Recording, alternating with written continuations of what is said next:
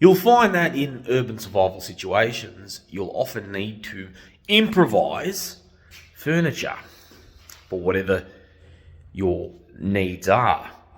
And that is whether you're in a homeless situation, which you'd actually expect to utilise the most, believe it or not, because in most homeless situations, you're going to occupy a vacant house with no furniture.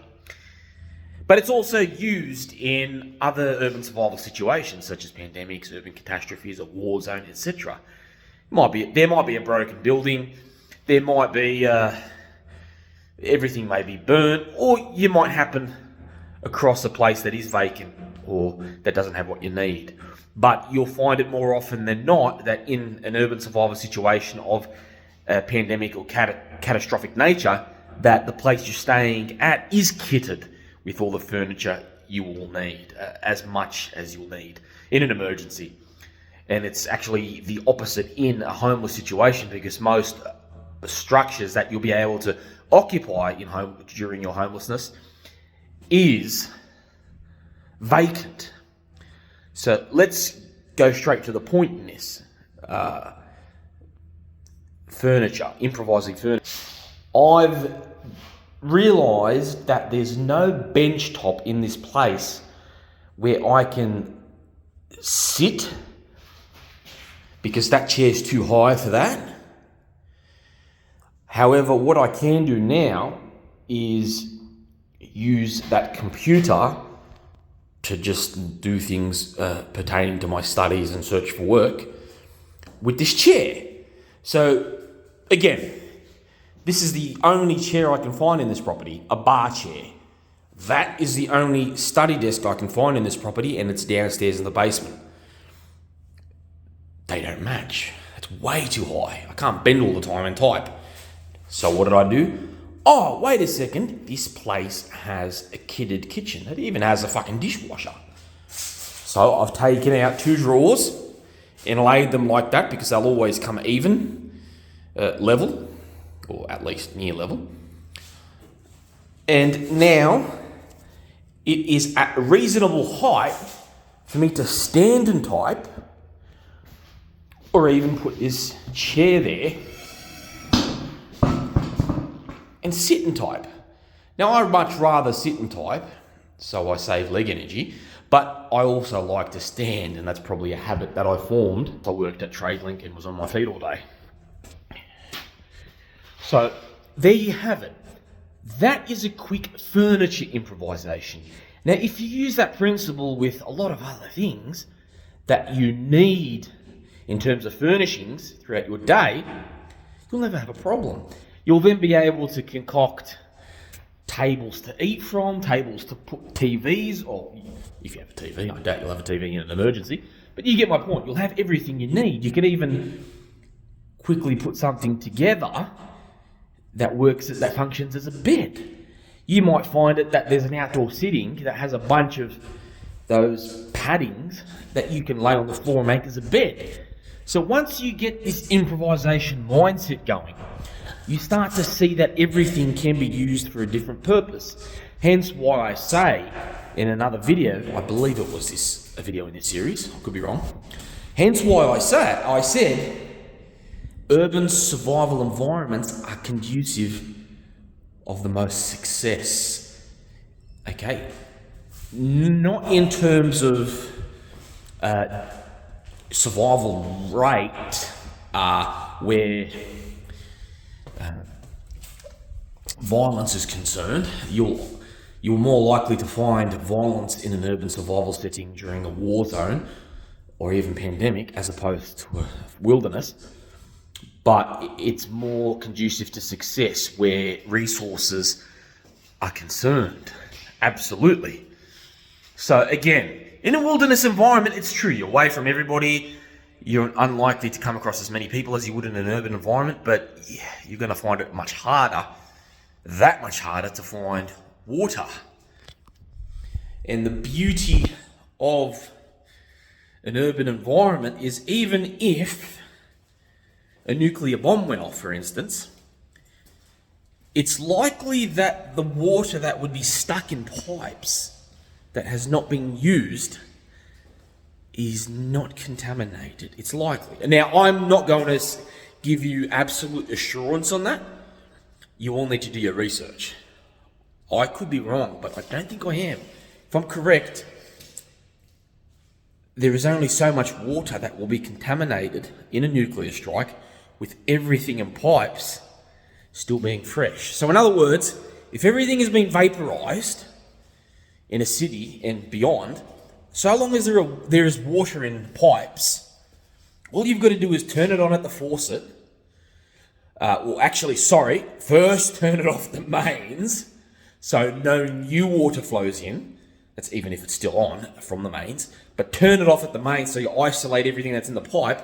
Turn on the water that is within the property, and you've got water. And it's highly likely not to be contaminated. And if you keep doing that from place to place, I mean, how many fucking places are there in Sydney, for instance? 10, 20 million structures? In each house, you can get about 5 to 10 litres of water from the pipes. If they haven't been evacuated already from the pipes. So you times that by 20 million, you've got 100 million litres of water. I mean, you'll probably find more survivors, but in a nuclear strike, if you are a survivor, and there's only going to be a few other survivors, so you're going to have a lot of water to contend with in an urban environment that's fresh. It's actually more likely that you're going to find contaminated water in the wilderness, or at least the nearby wilderness.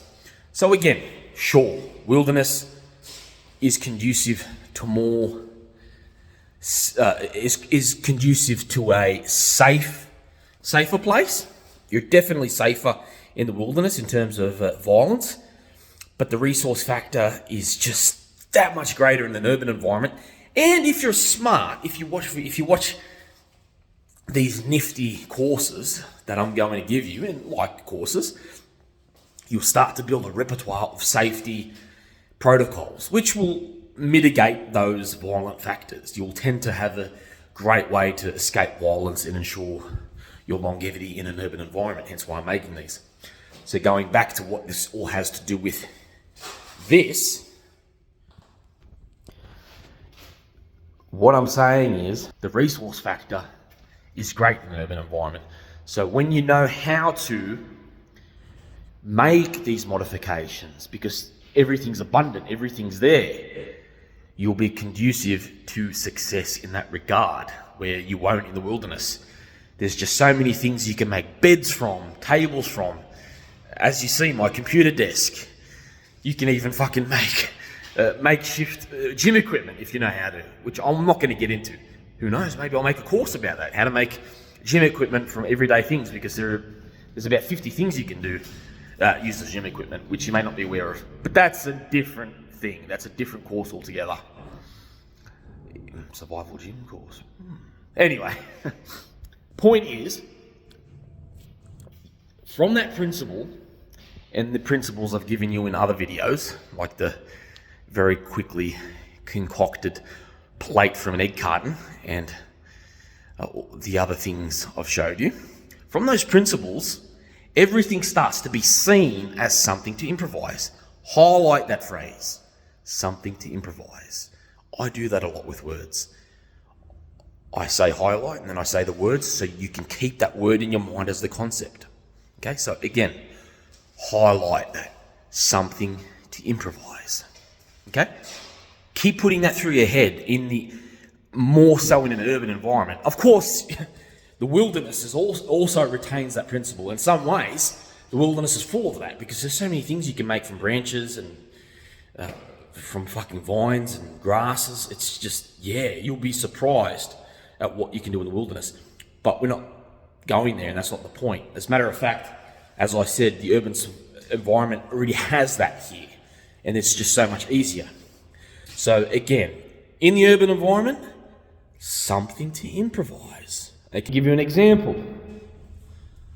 I'm looking at these nails, these screws here. Ooh, I could use them for something else, something to improvise. Oh shit, this timber that's about to come off, something to improvise. Okay, I'm not going to say what it is that I'm going to use it to improvise. Okay, But I'm just saying that's the mentality you need to have. Ooh, look at that, something to improvise with.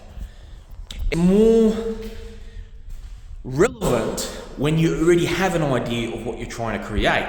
As you know, you're not trying to create something on the go. You only start to do that when you need something, as highlight this, even though it's not my saying, the other one is, necessity is the mother of invention. So highlight something to improvise, and necessity is the mother of invention.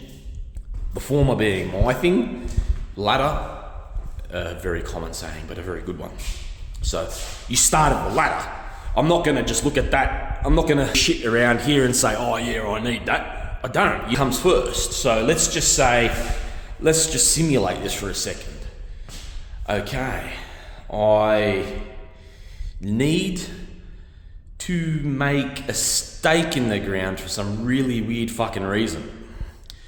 It could be many reasons. There's probably never going to be a scenario where I need to put a stake in the fucking ground in an urban survival situation, but we're just presuming I do. Okay? So immediate ground. Shit. I need to put a stake in the ground. Okay. Ooh, something to improvise. There's my stake. I can turn that into a stake very easily. Take this fucking rubber off. I've got a hammer in my survival kit. Hammer that down. Bang, into the grass. Okay, that's one. Ooh, something to improvise. I've also got a crowbar in my survival kit. Reef this off. Hopefully it does come off. Hack at this with the axe I've got in my survival kit. I don't think it's here though. I think I've left it in the tent. But anyway, the point is I can hack at that. There's a stake. So there's two things I've got that I can use as a stake. Okay? Ooh, something to improvise. More golf clubs. So, fucking 4 or 5 stakes. Okay. What else can I use that's down here as a stake? Shit. This is just me thinking off the top of my head. What's down here that I can use as a stake? Here we go. That. I've got to smash this off. And I can have a short stake. Again. Ooh, something to improvise. What have I got in here? Oh, something to improvise. Take that off. So I've got stakes everywhere. The mistake you can do in a survival situation is you go, oh fuck, I don't have a stake anywhere. Oh fucking, there's no Bunnings open. Oh, Jesus Christ. This is your Bunnings if you're a fucking urban survival expert. It's got everything you could ever need. You've just got to think. Okay, once you've got your need, remembering that need, necessity is the mother of invention. Once you go from there, it's just, ooh, something to improvise. Keep putting that through your head, something to improvise.